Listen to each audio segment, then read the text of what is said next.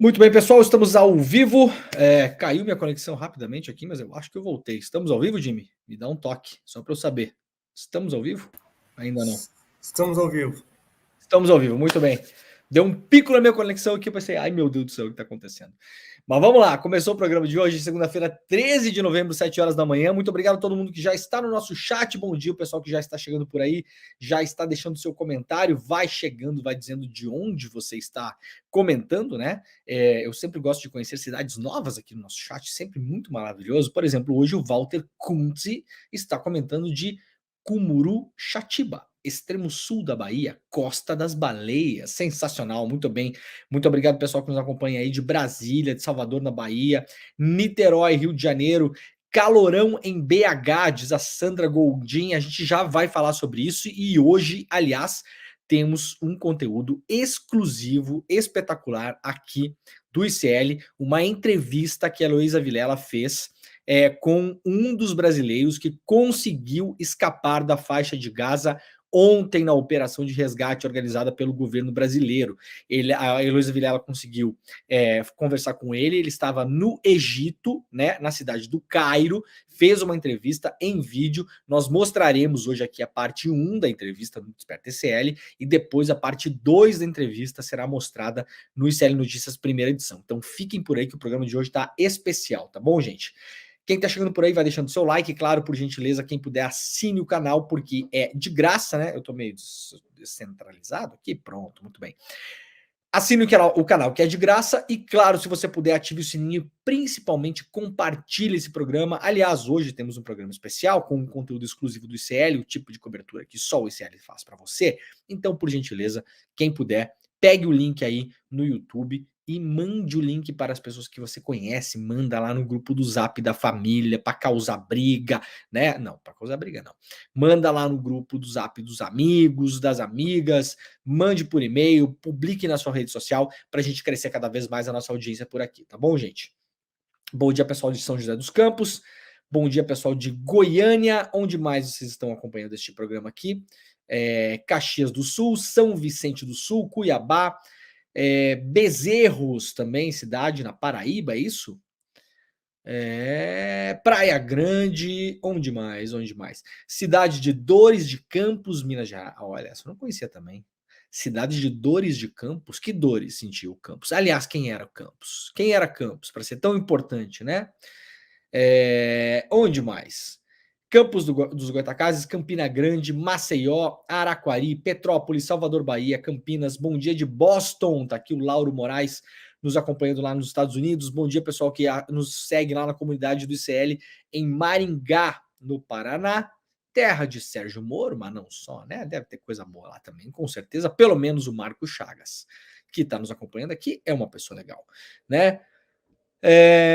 Bom dia, pessoal de Santo Antônio de Planatina, Curitiba também num calorão, né? Hoje a gente vai falar sobre isso, um calorão recorde no país, histórico esperado para essa semana, portanto, protejam-se, prestem atenção no programa hoje, a gente vai falar sobre isso daqui a pouquinho também. Bom dia, pessoal de Olinda, Porto Alegre, Rio de Janeiro, Goiânia, pessoal do Japão, Mário Nakaura, diretamente do Japão, nos acompanhando, muito obrigado à comunidade do ICL no Japão, né? A gente tem todos os dias várias pessoas mandando salve aqui dos vários recantos do mundo, né? E pessoal da Ásia também, sempre tem gente daqui, né? Japão, pessoal da China, pessoal da Austrália, pessoal que mora na Coreia, né? Muita gente mesmo, com alguma frequência a gente vê por aqui. Bom dia de Soledade, bom dia de Bocaiúva, norte de Minas Gerais, Campos dos Goytacazes, o Ángel Martínez nos acompanha lá de Madrid, na Espanha, São Caetano do Sul, Sampaio, São Paulo, Rio de Janeiro, capital, e mais duas só, gente. Vamos lá, então. São Caetano, da Divina Providência no Pará. Ah, não é só São Caetano. Antônio Lima da Silva, padre, nos acompanha de São Caetano da Divina Providência, no Paraná. E também o pessoal de Feira de Santana, na Bahia, e também de Joinville. Muito bem, Machadinho do Oeste, Rondônia, para fechar aqui, né? Se a gente ficar lendo aqui o nome de todas as cidades do Brasil, a gente vai acabar lendo todos os municípios desse país, porque a audiência deste programa é 3 vezes maior do que a quantidade de municípios que o Brasil tem. E isso é verdade, né? O Brasil tem 5.500 municípios e nós temos uma audiência aqui de 15 mil pessoas acompanhando ao vivo este programa todos os dias, né? E claro que depois da exibição do programa a audiência é muito maior, né? Então, muito feliz com o crescimento deste nosso programinha. Muito bem, gente, vamos lá então. Ó, tem o quê? Tem bastante coisa no programa de hoje, né? Vamos lá então. Começar então com a questão do calor, né? Muita gente comentando, inclusive nos comentários, né? Sem que eu tivesse falado, vejam só como as coisas andam, né? Sem que eu tivesse falado, muita gente falando calorão aqui em Curitiba, calorão aqui não sei aonde, calorão aqui não sei aonde. Pois é. Então, ó, preparem-se.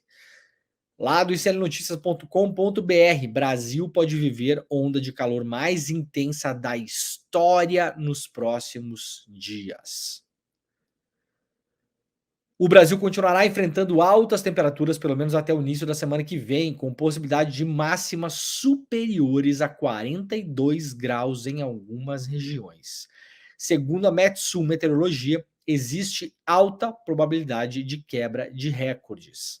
O que os modelos mostram de calor é que é tão extraordinário e fora da curva que a onda de calor pode ser a mais intensa já registrada no Brasil em valores de temperatura máxima, diz o texto divulgado pela Metsul, né?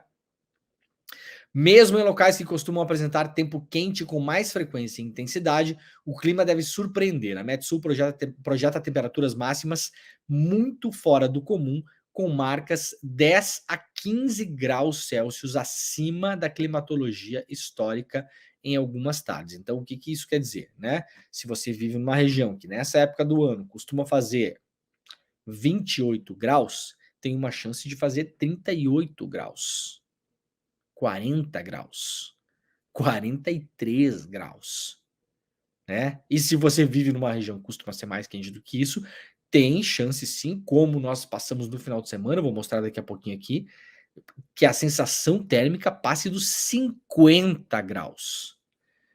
A grande dúvida que eu tenho é até onde a gente aguenta. Isso está me preocupando de uma maneira assim. O que é uma temperatura que o ser humano aguenta? Vá lá um dia, 2, que a gente consegue fugir, ficar na água, ficar no ar-condicionado.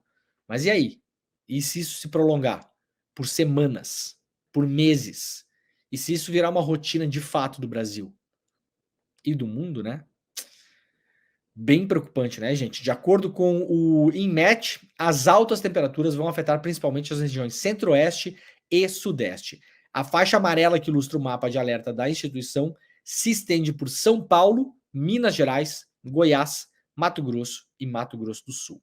Mais de 1.000 localidades estão na lista de risco. O INMET projeta que as temperaturas podem ficar até 5 graus a média. O Instituto informou que seguirá monitorando a situação ao longo de todo o período. E isso pode durar, gente, atenção, até 2 semanas, tá? 2 semanas. Então, vamos tomar cuidado, quem puder, proteja-se. Quem trabalha no sol, ou não só, quem tem que pegar, quem tem que caminhar na rua, né? Para ir até o trabalho, ou seja, a imensa maioria das pessoas, mesmo que você vá de carro, se você estaciona o carro longe, aquela coisa toda, ou caminha na rua na hora do almoço, enfim, e não tem o hábito, gente, mais do que passou na hora, falo por mim, que eu não tinha esse hábito e agora tenho, consegui, né? Protetor solar, tá? É fundamental. Protetor solar não é aquela parada que você vai usar só na praia, tá bom? Protetor solar, hoje em dia, no mundo em que a gente vive, em qualquer parte do mundo, na verdade, né? É um uso básico do cotidiano. Aliás, já falei várias vezes aqui, né? O governo federal deveria baixar absurdamente imposto para protetor solar e, eventualmente, pensar no caso de colocar o protetor solar como um item básico aí, né? Sei lá eu, na farmácia popular, sei lá o quê, né? fazer uma distribuição de protetor solar, porque a quantidade de doenças que a gente pega por conta da superexposição ao sol também, né? Começando pelo câncer, né? Mas não só, doenças de pele, né? Estoura também no sistema de saúde, né? E vai ser cada vez mais, né, gente? A gente não tem o hábito de se proteger no dia a dia, poucas pessoas têm, né? Então, atenção com isso aí que é importante, tá bom? Aqui o UOL também dá o que o site do ICL Notícias dá, né? Com uma manchete um pouco diferente, né? Onda de calor deve atingir mais de 1.400 cidades até terça-feira, diz o INMET. Lá no Rio de Janeiro, as temperaturas foram recordes no final de semana, chegaram a passar em algumas regiões da cidade dos 50 graus a sensação térmica. E aqui o Globo acabou fazendo um mapa interativo. Na verdade, é um gifzinho animado, né? Não é um mapa interativo porque não podemos interagir com ele, né? Então não tá correta, tá errada, né? A chamada do Globo, porque isso aqui não é um mapa interativo, né? Dá para interagir com ele? Não dá. Ó. Eu tento clicar e não clica. Então, na verdade, é o bom e velho GIF animado, né? Aqui mostrando a temperatura máxima que pode chegar no Brasil nas próximas horas, né? E a gente vai chegando aqui, ó, 20 horas daqui para frente, né? 0 hora, 2 horas daqui para frente, 4 daqui a 6 horas, daqui a 8 horas, e as coisas só pioram. Bom, relacionado a isso também, eu não sei se vocês viram no final de semana, né? Um vídeo que rodou bastante as redes sociais, mas câmeras flagraram o avanço do mar em Santa Catarina, na Praia do Cardoso, em Santa Catarina, no que é chamado pelos meteorologistas de tsunami meteorológico, né? Ele é um tsunami que não é causado pela movimentação das placas tectônicas, né? Mas sim pela condição climática, principalmente pela condição do vento. Então, o vento excessivo acaba empurrando, né, as ondas em direção à areia, né? E aqui tem duas imagens impressionantes. A primeira é essa aqui que eu vou mostrar para vocês, ó, imagens que foram publicadas nas redes sociais. Essa aqui é a primeira. Dá uma olhada aí, ó. Olha lá no fundo, né? As pessoas estão na praia, um dia normal. Isso aqui é um restaurante na beira da praia. Os carros estão estacionados na areia, né? Na areia. Então não falo nada, né? É uma coisa que, como diz o Raul Seixas, a onda tá certa, né? E aí começa um vento absurdo e as pessoas já começam a se assustar com o vento e começam a olhar para o mar lá no fundo. Vejam só, as famílias saindo, né? Crianças correndo, as pessoas recolhendo as coisas, olha só, uma mãe puxando o filho ali, né? E as pessoas que estavam com os carros na areia já começam a tirar os carros, porque começam ao quê? Não só o vento, né, gente? Começam a olhar para o mar e ver que o mar tá vindo, tá chegando, né? Apesar de o Brasil não ser um lugar famoso por ter tsunami, eu acho que a gente tem uma cultura tanto, né, de tsunami que a gente viu na imprensa e na mídia, que eu acho que as pessoas olharam e realmente viram que a coisa estava chegando, né? E aí começa um corre-corre. Prestem atenção lá atrás da imagem onde estão os carros. Alguns carros começaram a sair, algumas pessoas conseguiram tirar os carros, mas a maioria deles ficou presa ali, porque, claro, tem uma saída minúscula, a gente está vendo aqui na ponta do vídeo, né? Tem uma saída pequena que sai um carro por vez só, que é essa saída lateral do restaurante, e aí, obviamente, engarrafou, né? Onde tem muito carro, engarrafa, né? E olha lá, ó, chegou a onda, gente. Dá uma olhada lá no fundo, ó. Dá uma olhada o desespero das pessoas, né? As pessoas correndo para sair. Olha isso. Olha a força da água. Olha que impressionante. E a água vem, ó. Trouxe cadeira, trouxe carro, trouxe tudo, né? As pessoas ali ainda tentando ver se conseguem fazer uma. Olha só, os carros flutuando, parecem boias. Olha só. Não é que o carro está sendo arrastado, gente. Não, o carro está flutuando na água. Flutuando. E a água aqui, ó, invadiu todo o restaurante, né? Claro, né? Veio para cima, olha só. E ali, mãe com criança ainda, né? Tentando tirar as crianças. Jet ski lá misturado com carro e tudo. Não é mole não, né? O vento realmente no sul do Brasil ontem estava bem, no final de semana, aliás, né? Sábado e domingo estava bem forte, bem assustador, né? E aí acabou pegando na água e empurrou essa água toda para a costa de Santa Catarina. Vamos lá para mais um destaque do ICL Notícias, lembrando para quem está chegando agora que daqui a pouquinho a gente vai mostrar uma entrevista exclusiva que a Heloísa Vilela fez com um dos brasileiros que conseguiu escapar de Gaza finalmente, depois de um mês preso em Gaza, temendo os bombardeios, a fome, a sede e presenciando, claro, os horrores da guerra, tá bom? A gente conseguiu fazer uma entrevista exclusiva, a Heloísa Vilela conseguiu conversar com esse brasileiro que está, ou estava até ontem, né, no momento da entrevista, porque eles estão sendo repatriados para o Brasil, na cidade do Cairo, no Egito. Daqui a pouquinho a gente vai mostrar a parte 1 dessa entrevista e depois a parte 2 será mostrada no ICL Notícias, primeira edição, tá bom? Então fiquem aí que a gente já vai chegar no trecho da entrevista. Vamos lá rapidamente aqui no iclnoticias.com.br. Corte de luz na periferia é até 8 vezes mais frequente do que no centro de São Paulo. Nossa, que novidade, né? Matéria super importante, claro, trazendo aquilo que a gente já sabe, mas é muito bom quando o jornalismo traz aquilo que já sabemos, né? Comprova aquilo que já sabemos. Então, quem quiser se aprofundar um pouco mais e entender como a desigualdade social ela opera, inclusive, em dizer se a pessoa vai ficar mais tempo ou menos tempo sem luz, vá lá para o site do ICL Notícias, iclnoticias.com.br. Lá da revista Fórum, notícia importante: correição na Lava Jato. O Conselho Nacional de Justiça identificou caos e sumiço de bens sob o comando de Sérgio Moro. Notícia publicada hoje lá no site da Fórum. A correição extraordinária da 13ª Vara de Curitiba, onde ocorreram os processos da Operação Lava Jato, identificou várias irregularidades sob a gestão de Sérgio Moro. Segundo o colunista Lauro Jardim e o site Conjur, durante a gestão do atual senador pela União Brasil pelo Paraná, houve, atenção, sumiço de bens e indícios de uma condução caótica dos acordos de leniência. Por exemplo, diz aqui a revista Fórum, os itens apreendidos pela Lava Jato, lembra que a Lava Jato apreendeu vários itens, principalmente dos doleiros no começo, né? Tinha obras de arte da doleira Nelma Kodama e de outros doleiros, né? Tinha lá, eu não lembro as obras, mas tinha lá Picasso, Monet, sei lá o quê, né? Obras de arte importantes, né? Atenção, atenção. Os itens apreendidos pela Lava Jato como obras de arte, segundo o Conselho Nacional de Justiça, tá bom? Não é o Partido da Quinta Internacional Comunista, não é o Che Guevara que tá falando isso, não é o Mao Tse Tung, é o CNJ, tá bom? Pra gente ter claro aqui na cabeça. Não é a minha opinião também, tá bom? Eu não tenho opinião sobre o sumiço de itens, né? Isso aqui, quem está fazendo é o Conselho Nacional de Justiça, que está fazendo uma investigação dentro da 13ª Vara, que passou todos os anos de Lava Jato sem ser investigada, sem ser acompanhada. Faziam o que bem entendiam lá em Curitiba. Portanto, agora, o CNJ identificou que vários itens apreendidos, como, por exemplo, obras de arte, não passaram por um inventariado, ou seja, não foram catalogadas.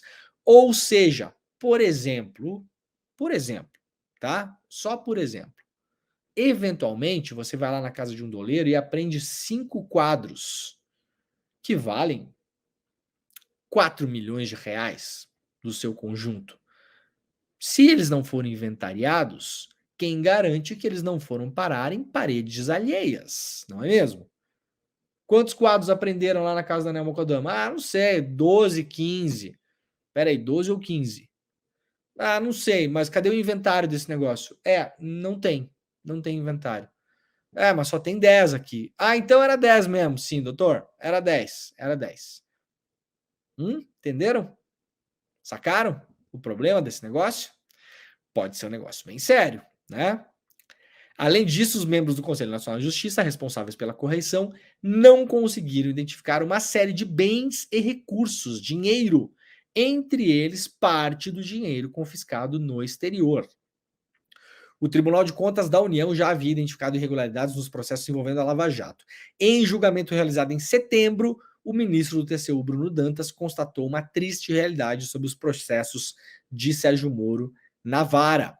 O tribunal havia identificado irregularidades na destinação de valores obtidos em acordo de leniência na ordem de 22 bilhões de reais envolvendo a Lava Jato. A grande verdade é que nós temos promotores e procuradores espalhados pelo Brasil que viraram verdadeiros gestores públicos. E o pior, sem a responsabilidade que os gestores públicos têm. O que está acontecendo é a transferência de patrimônio do Estado brasileiro para a gestão de agentes da lei. É disso que estamos tratando, disse na ocasião, né, o Bruno Dantas, lá do TCU. Então, gente, a investigação dentro, nas entranhas da Lava Jato, está chegando em um ponto já, segundo eu acho, né? Agora sim é a minha opinião, viu, Sérgio Moro? Um ponto de não retorno. Já se sabe muita coisa que aconteceu ali dentro. Eu não vejo a hora dessas coisas virem à tona. Ah, mas não vejo a hora mesmo. Mas não vejo a hora mesmo, né? Onde foram parar vários dinheiros que até agora o TCU e o CNJ desconfiam que ninguém sabe para onde foi parar? Onde foram parar bens apreendidos? Onde foram parar obras de arte? Se vários deles não foram inventariados, né? Na época a Lava Jato até fez um marketing, não sei se vocês vão lembrar, que as obras de arte foram destinadas ao museu de Curitiba, aquele museu, se não me engano, de arte, né? De arte e arte contemporânea de Curitiba, né? Museu, se não me engano, até desenhado pelo Niemeyer. Lembram, na época? Teve uma exposição da Lava Jato nesse museu, com as várias obras de artes apreendidas. Estavam todas lá, senhor Deltan? Estavam todas lá, senhor Sérgio Moro? Como saberemos se vocês não inventariaram esses materiais, né? Ou será que o CNJ está mentindo e para vocês, mais uma vez, tem alguém mentindo sobre vocês e vocês estão sempre certos? Será que o Sérgio Moro irá às redes sociais para acusar o Conselho Nacional de Justiça de estar mentindo ou faltando com a verdade? Sei não, hein, Sérgio Moro? Cuidado aí, né? Bom, o debate na Argentina rolou ontem, né, entre o Javier Milei e o Sérgio Massa. Aqui o UOL destaca: Javier Milei cita marqueteiros do Brasil em debate eleitoral na Argentina. Isso aqui é o tipo de manchete que só interessa porque precisa colocar alguma coisa de Brasil na manchete, né? Isso aqui tem um desinteresse no nível, assim, interessa menos do que qualquer coisa que você possa imaginar hoje, né? Eu fiquei procurando na imprensa boas matérias sobre o debate e não consegui encontrar nenhuma, infelizmente, né? Então ficamos com isso. Pelo que eu vi ontem nas redes sociais antes de dormir, o Massa tinha ido melhor do que o Milei no debate, o que não quer dizer nada, porque já sabemos que debate não ganha eleição nem no Brasil, nem na Argentina há muito tempo, mas uma escorregada feia pode significar sim uma perda de votos, né? Ontem o Milei acabou falando que as mulheres ganham menos na Argentina porque elas trabalham menos, né? Aquela coisa, né? O liberal, ultraliberal, aquela coisa, aquela agenda, né? E por que isso é importante? Porque a maior parte das pessoas na Argentina são mulheres. Então, talvez o Milei tenha comprado aí um desgaste eleitoral desnecessário nessa reta final de campanha. Vamos lá, a Câmara dos Deputados gastou 13 mil reais, né, com bolsonaristas na Argentina para apoiar Milei, né? Então você, né, você, eleitor otário que votou nesses caras aqui, e ao invés de eles estarem gastando o seu dinheiro, nosso, na verdade, né, em prol do Brasil, esses caras foram lá para a Argentina para fazer campanha para o Milei. Me diga exatamente o que é que Eduardo Bolsonaro, Marcel Van Hatten e Rodrigo Valadares foram fazer na Argentina, né? Para além de tudo poder causar um problema diplomático, porque se Milei perde, o presidente da Argentina será outro. E o que interessa para o Brasil são os interesses do Brasil e não os interesses do senhor Eduardo, do senhor Marcelo e do senhor Rodrigo. Então, se eles quisessem ir para lá para fazer marketing pessoal, porque é disso que se trata, vai lá para fazer vídeo para rede social, para alimentar o próprio gado, deveriam ter pago do próprio bolso. Qual o interesse do Brasil nesses deputados irem até a Argentina fazer campanha para um candidato, se depois esse candidato pode ser o candidato perdedor? No que o Brasil se beneficia em relação a isso? Exatamente, né? A Câmara, claro, não vai fazer absolutamente nada, porque já falei várias vezes, né? Os conselhos de ética, não sei o que da Câmara, não prestam para absolutamente nada. Vamos lá então para a internacional. Daqui a pouquinho a gente vai mostrar a entrevista exclusiva da Heloísa Vilela com uma dos brasileiros que conseguiu escapar de Gaza, tá bom? Daqui a pouquinho mesmo, segura aí, ó. Ataques do Hezbollah deixam 18 feridos em Israel, que retalia e adverte. Cidadãos libaneses pagarão o preço. O Hezbollah está fazendo ataques lá no norte de Israel.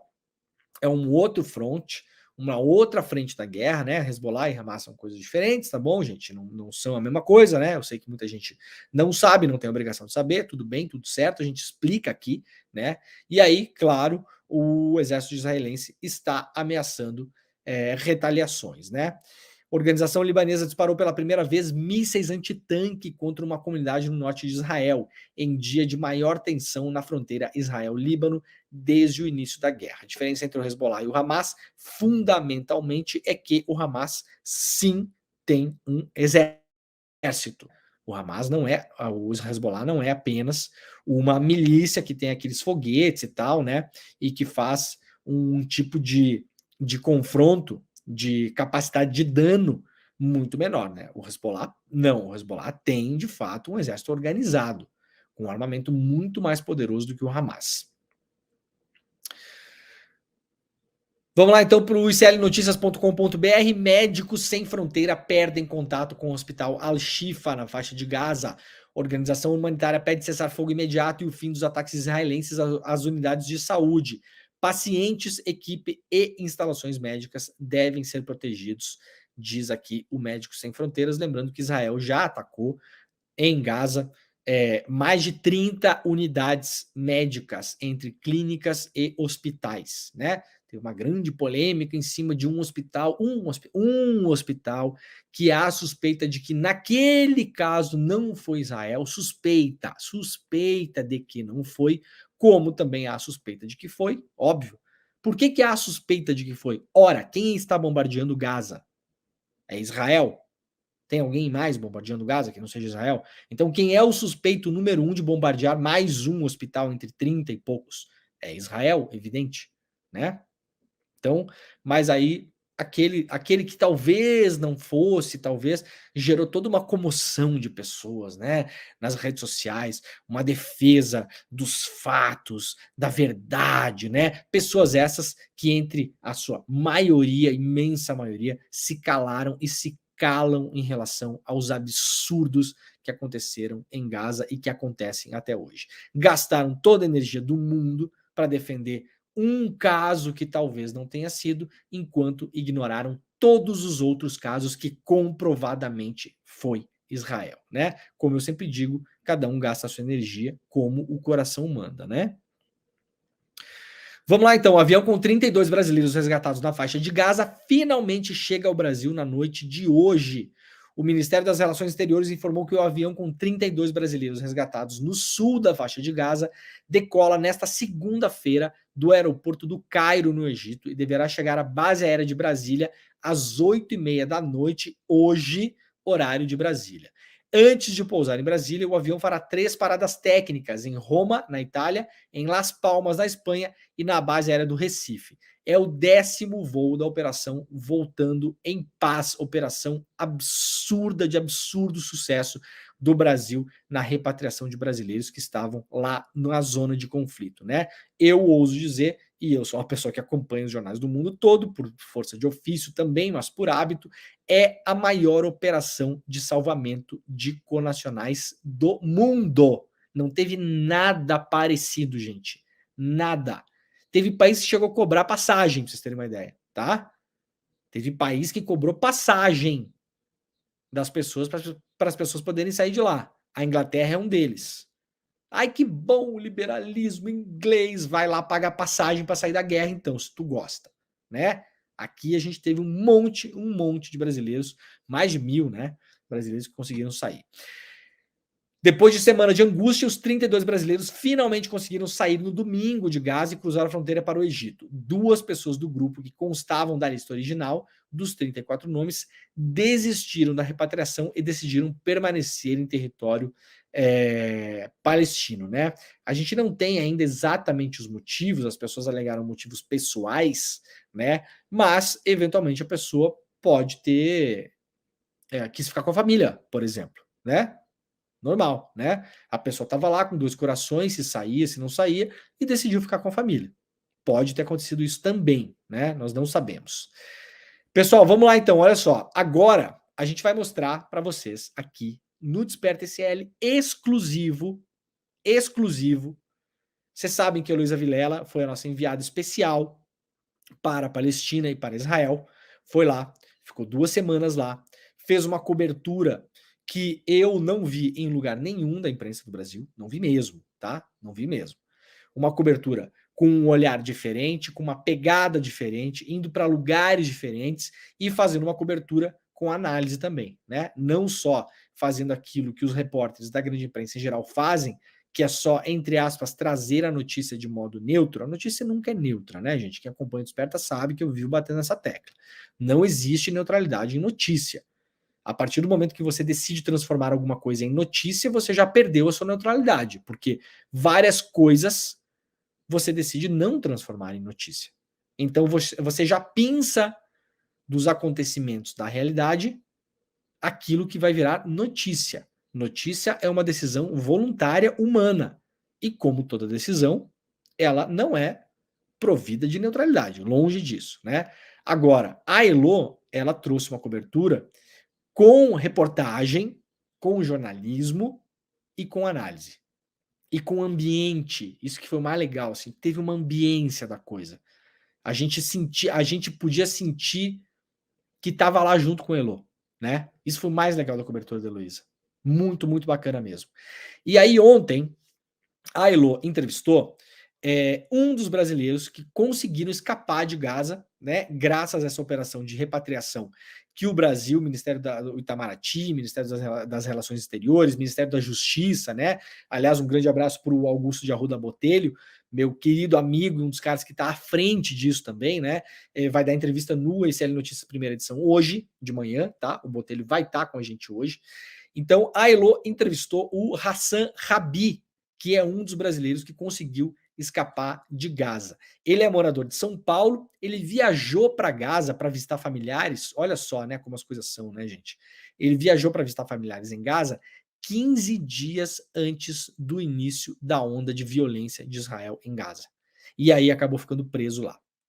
Conseguiu finalmente sair e a Heloísa Vilela entrevistou ele, que estava no momento da entrevista na cidade do Cairo, no Egito. Então vamos lá, a gente vai ver a primeira parte da entrevista e depois a segunda parte vai ser veiculada no ICL Notícias, primeira edição, que começa às 8 horas da manhã, tá bom? Então vamos lá para a primeira parte, bora. A fronteira está fechada. Gente, recolhemos todo mundo, já estamos no ônibus. Eu queria só primeiro que você me contasse, você botou uma cena linda hoje no seu stories da praia, das crianças brincando na praia. E eu queria que você contasse um pouco para a gente como é que foi esse momento, onde foi e como foi. Olha, na verdade, depois que a gente almoçaram no restaurante, esse restaurante fica na praia, no Harish, no Sinai, a gente decidiu tirar foto junto. Quando a gente decidiu tirar foto junto, as crianças fugiram. São 37 dias ou 35 dias desses conflitos. São presos, cada um na casa dele, no apartamento, não pode sair da casa. Elas ficam correndo na praia, queriam brincar, mas aquele tempo não é tempo para brincar. A gente está correndo para chegar no hotel, estava atrasado, infelizmente também no Sinai as coisas bem delicadas, checkpoint, pontos militares, paradas, então a gente estava correndo nem louco para conseguir sair o mais rápido possível da Sinai. Eu soube que foram mais de 10 checkpoints, teve um que vocês ficaram 2 horas esperando? Eu acredito mais ainda, mais desse tempo ainda. Na última, a gente ficou mais de 2 horas na última. E teve algum momento que você achou que não ia mais dar jeito? Olha, na verdade, cada um dia pior que o outro lá. Um desespero muito grande do bombardeio, do pensamento que vai acabar a comida, vai passar fome às crianças. Então, desespero completo. Cada um dia você está desesperada, não tem água, não tem gás, como é que eu vou fazer comida? Um desespero muito grande, que o povo passa lá. Não sou eu, todo mundo, 2 milhões de habitantes. Eu não penso no meu caso, eu penso que tem 2 milhões de habitantes lá, todo mundo está vivendo a mesma situação. Ainda bem que a gente tem governo brasileiro, porque eles ajudam bastante nessas coisas. Mas existe 2 milhões de cidadãos, eles não têm ninguém para ajudar, infelizmente. Isso é o que mais tem desesperado a gente aqui. É o futuro desses mais de 2 milhões de palestinos que não podem sair de lá e estão sendo bombardeados. Que futuro você vê para isso, Hassan? Olha, eu não vejo futuro nenhum, porque ele está fazendo pior que terrorista, pior que Estado Islâmico, pior que todos os terroristas que eu vejo no mundo. Então, tem bastante coisa a gente não consegue falar de lá, especial quando eu apresento na mídia, converso com jornalismo, a minha mãe fica brigando comigo, fala, 40 jornalistas foram mortos, assassinados com seus familiares, a gente vai ser o próximo por causa de você. Então, é um terror completo que está acontecendo, um terror completo. Eu acho, Hassan, que tudo que a gente disser ainda é pouco. Muito pouco, muito pouco. Vocês nem chegam a mais de 2, 3% do que está acontecendo. Felizmente, um massacre, um genocídio mesmo, uma limpeza étnica que está acontecendo na faixa do Gaza. Quem está morrendo lá, pessoas inocentes, crianças, civis, não tem nada a ver com isso. Eu não acredito que essa guerra esteja contra a Hamas, essa mentira, essa guerra contra cidadãos palestinos.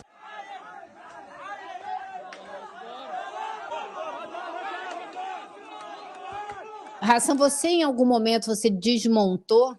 Em algum momento você entregou os pontos, você se desesperou ou você conseguiu segurar o seu espírito o tempo todo? Olha, na verdade, do primeiro dia que a gente veja esse bombardeio, essas coisas, a gente nem pensava nem um segundo que a gente não pode ser o próximo que está morrendo. Então, essas bombas poderiam ser atendidas nossas casas, atendiam a minha família. Sem eles pensar, eles matam o palestino sem pensar nenhum segundo. Com certeza, a gente pode ser de repente atacado lá, mortos.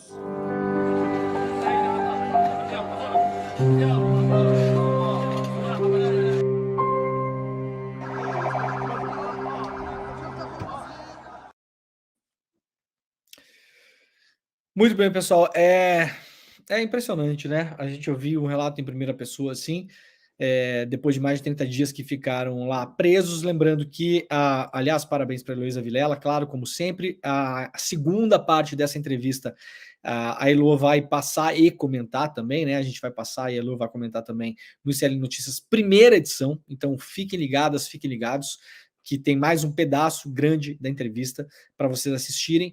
E aquela coisa que a gente já viu, né? Um massacre indiscriminado, pessoas inocentes, né? Para quem muita gente que gosta de falar, né?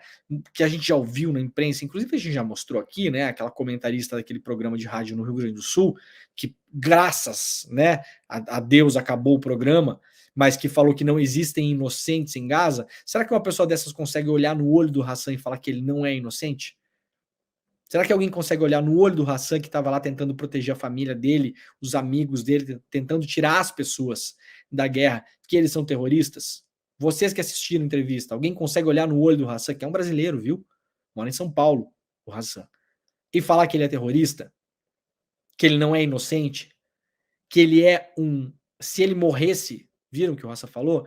Não teve um dia que nós não pensamos que a gente ia morrer, né? Que aquelas bombas iam cair sobre as nossas cabeças, nas nossas casas. Alguém consegue olhar para o olho do Hassan ou para aquelas crianças que estavam ali brincando na praia e dizer que elas são efeitos colaterais?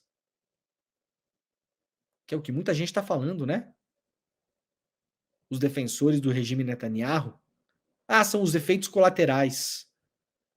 Israel avisa que vai bombardear o hospital, mas se a pessoa não sai de lá, então é um efeito colateral, porque lá tem terrorista. É isso. É isso que a gente tem escutado nos últimos tempos. Temos ouvido absurdos nos últimos tempos. Tem um dos grandes propagandistas do regime Netanyahu, né? Um cara chamado André Lajet, está sendo ouvido pela imprensa aí, para lá e para cá. Toda hora sendo ouvido pela imprensa, como um cidadão neutro, né?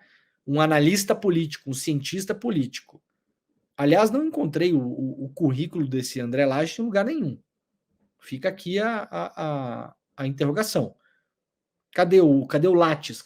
Formou onde? Estudou onde, exatamente? Né? Fica aí, fica a dica. Ele é de uma ONG chamada Stand With Us, que é uma ONG fundada nos Estados Unidos. Tem um capítulo no Brasil, essa ONG. Zero transparência. Não se sabe quem são os brasileiros que botam dinheiro ali dentro, quanto dinheiro entra, como o dinheiro é gasto, se essa ONG faz ou não reuniões fechadas com jornalistas para fazer media training e enfiar na cabeça dos jornalistas a visão do regime Netanyahu. Não se sabe publicamente, mas eu posso dizer aqui, faz sim, tá? Faz. Liga insistentemente para vários jornalistas, vários opinionistas, vários colunistas da imprensa escrita, da televisão e do rádio. Então não é à toa que vocês veem um discursinho hegemônico por aí. Como, por exemplo, que é o que diz esse André Lajet, que não há genocídio na Palestina porque o número de habitantes na Palestina só cresce. Já ouviram esse absurdo por aí? Vocês já ouviram algum bolsominion maluco na internet comentando isso? Pois é, esse argumento enlatado veio dessa ONG, Stand With Us, aqui no Brasil. Não há genocídio em Gaza. Por que não há? Porque a população de Gaza ela não diminui, ela só cresce. Vocês conseguem localizar onde está a humanidade numa pessoa que consegue usar esse tipo de argumento nessa situação? Então, por acaso, se o número de indígenas no Brasil hoje for maior do que no passado, então não houve genocídio indígena. Essa é a lógica? É isso? É inacreditável. Às vezes eu não acredito no que eu estou ouvindo. Realmente, eu preciso parar para ouvir 2 vezes para ver se a pessoa realmente, primeiro, se ela realmente está falando aquilo que eu entendi que ela falou. E segundo, eu fico olhando para a cara da pessoa se realmente ela fala aquilo com convicção e com tranquilidade. E é realmente o que eu tenho visto por aí, viu? Essa opinião eu já ouvi em vários lugares. Né? Então, é duro, né? É duro. Seria interessante uma pessoa dessas conseguir olhar no olho de uma pessoa como o Hassan e falar essas bobagens, né? Não que o Hassan mereça, né? Aliás, muito pelo contrário, né? De modo algum. Muito bem, lá no G1 tem um perfil interessante que foi publicado sobre as famílias que estão chegando no Brasil hoje, né? Comerciante em São Paulo, motorista de aplicativo, e um deles até teve um rosto grafitado pelo Cobra, né? Que é o grafiteiro, um dos mais famosos do mundo, né? Quem são os repatriados de Gaza? Então tem aqui uma reportagem bem extensa, dando um pouco, né, do perfil da família das pessoas que estão voltando para o Brasil hoje, né? Teve essa menina aqui que ficou bem conhecida, né? A Shahed Albana, né? Ela tem 18 anos, ela fez vários vídeos lá no checkpoint da fronteira lá em Gaza, né? Então, para quem quiser ver, está lá na capa do G1 neste exato momento. Gente, ó, tem notícia aqui do Trump, mas eu quero, antes disso, aqui, ó. Ó, na semana passada, vocês vão lembrar, na sexta-feira, eu comentei aqui a tal da operação da Polícia Federal em parceria ou com a ajuda da Mossad, que é a BIM de Israel, né? Grosso modo, e os Estados Unidos, para acabar com, atenção, o que foi divulgado na imprensa brasileira nas primeiras horas daquela operação, tá aqui na tela para todo mundo ver. Isso aqui é um print da CNN da quinta-feira passada. Célula do Hezbollah no Brasil, né? Aí alguém vai dizer, mas a CNN está dizendo que quem diz é o governo de Israel. Olha, jornalismo declaratório nunca salvou ninguém do purgatório do jornalismo, tá? Na moral. Na verdade, só piora as coisas, né? Você ir lá publicar a opinião de Israel na manchete desse tamanho, 90% das pessoas que vão ler isso aqui não vão ter o refino na leitura de notícias, porque nós não temos educação para as mídias no Brasil, na escola. As nossas crianças não aprendem na escola o que é imprensa. Deveriam, mas não aprendem. Né? Como a gente aprende história, geografia, matemática, português, blá, blá, blá, blá, a gente deveria ter na escola um ensino específico para as crianças entenderem o que é imprensa. Tem coisa mais presente do que a imprensa na nossa vida hoje em dia? Poucas, né? Então, a gente não ensina. Então, ninguém vai conseguir ler isso aqui do jeito que eu vou ler agora. Ó. Bom, o governo de Israel que está dizendo que era uma célula do Hezbollah no Brasil, né? O governo de Israel tem vários interesses. Não. As pessoas vão ler o quê? Célula do Hezbollah no Brasil. Muito bem. Essa história andou. Na sexta-feira eu já tinha notado como ela estava andando, né? Eu falei, olha, essa história está esquisita. Tem antecedentes em relação a isso. O Rogério Jordão, que é nosso colega jornalista aqui do ICL, publicou uma reportagem na agência pública em 2016 mostrando que os tais terroristas presos no Brasil no contexto das Olimpíadas, lembram? Teve uma célula terrorista também que foi desmantelada no Brasil em 2016. Era uma imensa balela, né? Uma imensa balela. O Rogério Jordão publicou, tem aqui até um print, né? Da matéria do Rogério, na época, 2016, né? Mostrando que o delegado próprio falava na época, né? O procurador, na verdade, dá para perceber uma intenção muito forte de cometer algum ato, né, terrorista na época, em 2016. Mas o que não se tem é o fulano comprou uma arma, o fulano comprou um explosivo, um ato concreto não existe. Ou seja, em 2016 fizeram um grande circo no contexto das Olimpíadas para mostrar que o Brasil estava preparado para combater o terrorismo, porque não sei o quê, porque não sei o quê. No fim, era uma imensa de uma balela, tá? Aquelas pessoas não estavam organizadas para cometer um ato terrorista. Na semana passada, saiu a notícia, célula terrorista do Hezbollah no Brasil, né? Alguma parte da imprensa, inclusive o portal Antagonista, chegou a citar literalmente que já estavam planejando atingir algumas sinagogas, uma coisa muito específica, muito específica. Então vamos lá. Célula terrorista, célula é célula. Célula não é dois parças sentados na esquina tomando cerveja falando que gosta do Hezbollah. Vamos lá, tá bom? Célula é uma parada organizada, tem líder, as pessoas têm funções, né? Um vai ser um motorista, o outro vai cuidar das finanças, o outro vai comprar arma, o outro vai cuidar do arsenal, o outro vai vigiar a pessoa. Célula. É uma definição bem específica, tá? Não é uma coisa que a CNN pode falar depois, não, mas a célula é outra coisa. Não, célula é uma coisa bem específica. Na teoria de quem estuda crime organizado, se sabe exatamente o que é uma célula. Se você disser o seguinte hoje, tem uma célula do PCC no seu condomínio, não é que eventualmente tem um traficante do PCC morando ali. Não, célula do PCC, os caras têm um AP alugado, tem 4, 5 pessoas ali dentro, tem o chefe da quadrilha, tem o cara que faz que vigia, tem o cara que cuida das armas, tem o cara que planeja os atentados, uma célula, tá bom? Essa história, até agora, ela não existe. Ela não existe. Tanto é que a notícia foi andando, primeiro era a célula do Hezbollah, depois virou pessoas que seriam aliciadas pelo Hezbollah, e depois, na sexta-feira, ainda era pessoas que seriam aliciadas por um grupo ligado ao Hezbollah. E hoje, o que nós temos? Pois bem, ontem no Fantástico, o Fantástico conseguiu acesso à representação policial do caso, tá? E aí vamos aqui fazer um parênteses importante. O que o Fantástico publicou ontem não é a íntegra do inquérito policial, muito menos as provas. Por que é que eu estou falando isso? Porque alguém vazou para o Fantástico partes da representação policial. O que é que isso significa? E o jornalista que conseguiu o vazamento está no direito dele, não há nenhum crime nisso, só para deixar bem claro aqui, tá? É o trabalho de um jornalista, gente, é conseguir notícia. Se você conseguir alguém que vaze para você alguma documentação, é o seu trabalho, tá bom? Tudo certo aqui. Agora, Por que que é importante a gente fazer esse parênteses? Porque, obviamente, a pessoa que vazou somente alguns trechos da representação policial vazou os melhores trechos. Concordam comigo? Por quê? Porque quer comprovar uma tese. Há uma notícia grande na praça. Célula do Hezbollah no Brasil. No contexto em que a gente vive hoje.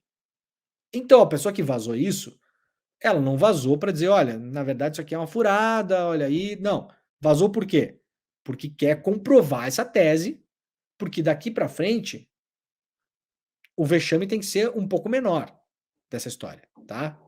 Essa história, como ela foi divulgada, a gente aqui, ó, é uma vergonha. Vou mostrar por quê. Então vazou as melhores partes. Vamos lá. O que é que tem nas melhores partes? Segundo a polícia, um dos suspeitos, segundo a polícia, seria, aspas da polícia, no mínimo simpatizante do Hezbollah, se não apoiador ou integrante. Então assim, vamos lá. Quinta-feira, célula do Hezbollah. Hoje, a pessoa pode ser simpatizante do Hezbollah. Simpatia não é crime no Brasil ainda não, tá?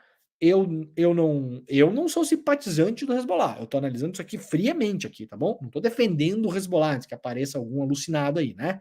Vamos lá, por partes. Você simpatizar com o Hezbollah no Brasil não é crime. Não é crime. Vão mais além. Você simpatizar com o Hamas no Brasil também não é crime. Não é crime. Eu não estou dizendo que seja uma coisa legal. Eu estou dizendo que crime para as pessoas estarem presas não é. Então a polícia, neste exato momento, em relação à tal célula do Hezbollah no Brasil, ela não tem nenhuma certeza e nenhum elemento suficiente para eliminar do seu próprio relatório policial a palavra simpatizante. Vejam que está tudo em aberto aqui, ó. A pessoa pode ser integrante do grupo, apoiador ou simpatizante. Então, na hipótese da investigação avançar, a pessoa pode não ser absolutamente nada. Então, estamos muito longe da tal célula do Hezbollah, né? Muito longe. O que mais tem na representação policial? Diz aqui a polícia no documento oficial, tá? Uma possível fase de recrutamento de brasileiros para atuações ilícitas, inclusive na hipótese de objetivos terroristas. Então, o que nós tínhamos na semana passada, que era uma célula que já tinha planejado atentados contra sinagogas, isso foi publicado pela imprensa, atenção! Foi publicado desse jeito. Uma célula do Hezbollah foi desmantelada no Brasil e ela estava planejando atentados contra sinagogas. Por enquanto, nós não temos absolutamente nada de concreto em relação a isso. Nós temos, como diz a polícia, uma possível fase de recrutamento, possível fase D, na hipótese de objetivos terroristas. O que mais diz a polícia? E aqui é a cereja do bolo. A polícia diz, aspas do documento oficial policial, até o momento a investigação aponta que os brasileiros não teriam vínculo ideológico ou religioso com o grupo islâmico. A PF crê que interrompeu, atenção para a palavra que ela é importante, tá bom? A PF crê, acredita que interrompeu a formação de uma rede de mercenários que prestariam serviços para o Hezbollah. Tá bom? Esse é o ponto em que estamos. Gente, terrorismo é uma coisa, obviamente, muito séria. É evidente que se essas pessoas forem culpadas, elas têm que sofrer penas. E parabéns se de fato se desmantelou, né? Quem sabe, princípio, na hipótese de o início de um recrutamento que a polícia acredita que poderia ser ótimo, se pegou isso lá no comecinho, ótimo.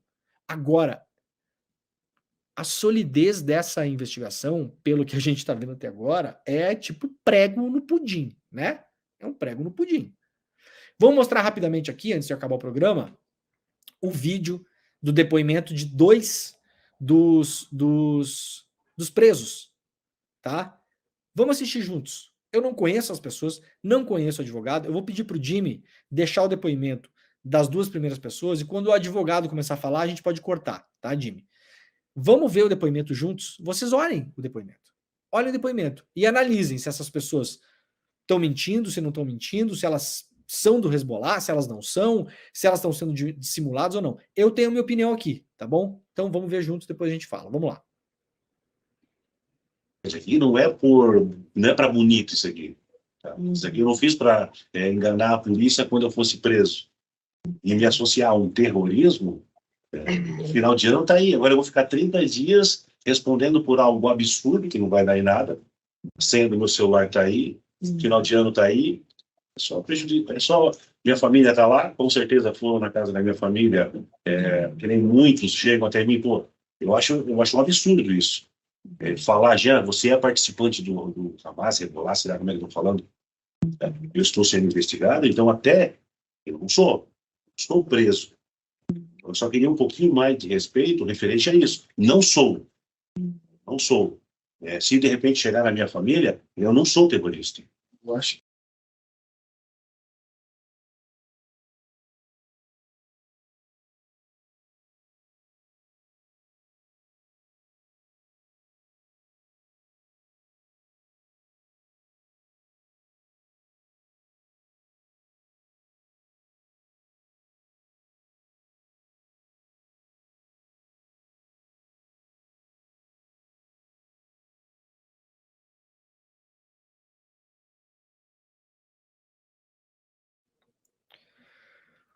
Muito bem, eu acho que não conseguimos tocar até o final, né, Jimmy? Deu algum probleminha aí, mas, ó, depois, tudo bem, o programa já tá acabando, não vai dar tempo da gente retomar, tá? Mas olha só, o depoimento desse primeiro, vocês viram que o cara tá preso, né? Algemado na frente ali fazendo sua oitiva, né?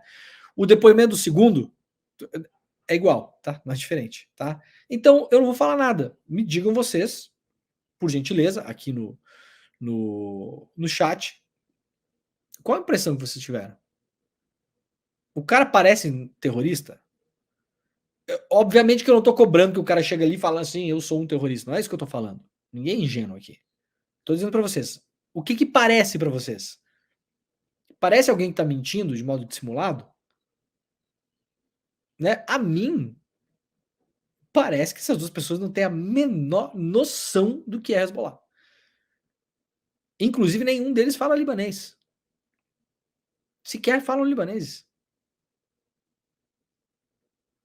Olha, isso está caminhando para ser um dos grandes vexames da Polícia Federal do Brasil, tá? Agora, claro, tenho certeza, a Polícia Federal tá assim, ó, comendo grama, comendo areia para tentar achar tudo que é elemento mínimo para salvar essa investigação. Vocês podem ter certeza. Então, esses caras aí, se um dia a pessoa curtiu uma bandeira verde no Facebook, vai estar lá no inquérito. Tá bom? Vai estar. Curtiu qualquer coisa lá, vai estar lá. Pode ter certeza. Que agora os caras vão atrás. Não. Agora, não parece, né? Não parece. Gente, vamos lá. Muito obrigado a todo mundo que nos acompanhou pela TVT, pela Rádio Brasil Atual e também pela TV Quirimurê. Estamos dissolvendo a nossa rede. Voltaremos amanhã às 7 horas da manhã. Muito obrigado. Tchau.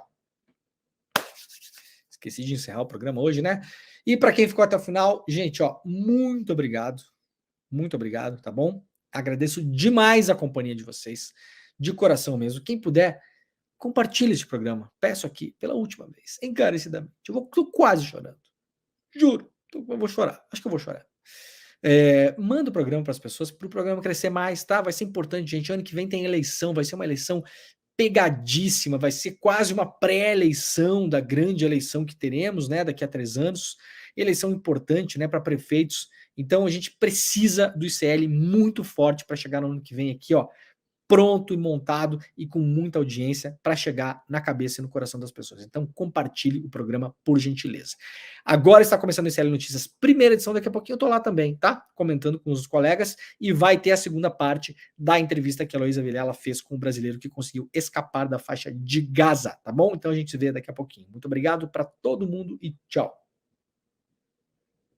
Olá, sou Caí Galvão, escritor, palestrante e mentor financeiro especialista em ajudar as pessoas a saírem das dívidas. E eu preparei um treinamento chamado 8 chaves para libertar você de uma vez das dívidas. E dentro desse 8 chaves, a gente tem um módulo secreto especial para a galera que tem aí o famoso consignado. E isso está 100% disponível e 100% online. Aqui no Instituto Conhecimento Liberta, com mais de 200 treinamentos disponíveis para você. É só você se inscrever e eu vejo você lá.